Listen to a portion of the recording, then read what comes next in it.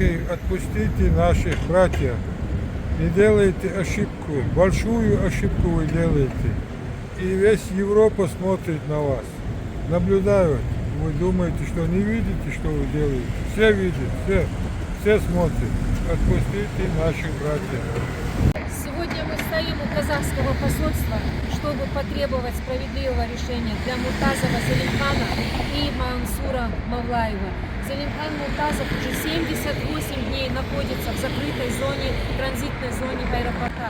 Это противоречит всем правовым законам Женевской конвенции. Лишение свободы – это нарушение прав человека Женевской конвенции. Мы сейчас передаем 4-ю резолюцию против нарушений прав по отношению к Зелимхану Муртазову и Мансуру Мавлаеву.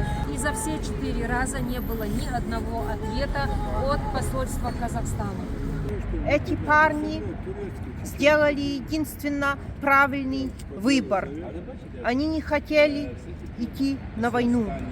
Они не хотели становиться убийцами. Пожалуйста, мы обращаемся к вам с просьбой не высылать их в Россию.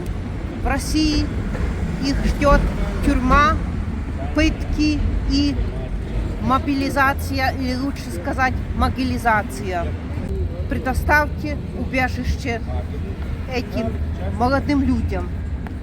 Уважаемое казахское правительство, мы обращаемся к вам с просьбой предоставить убежище Зелимхану Муртазову и Мансуру Мавлаеву.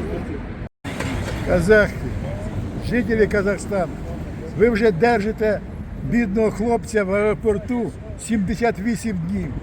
Випустіть його на свободу, дайте йому поїхати, хай він приїде на Україну, хай він робить, що хоче, аби він тільки звільнився від цієї клятої Росії, від цих рашистів. Він як попаде до них, вони його там замордують.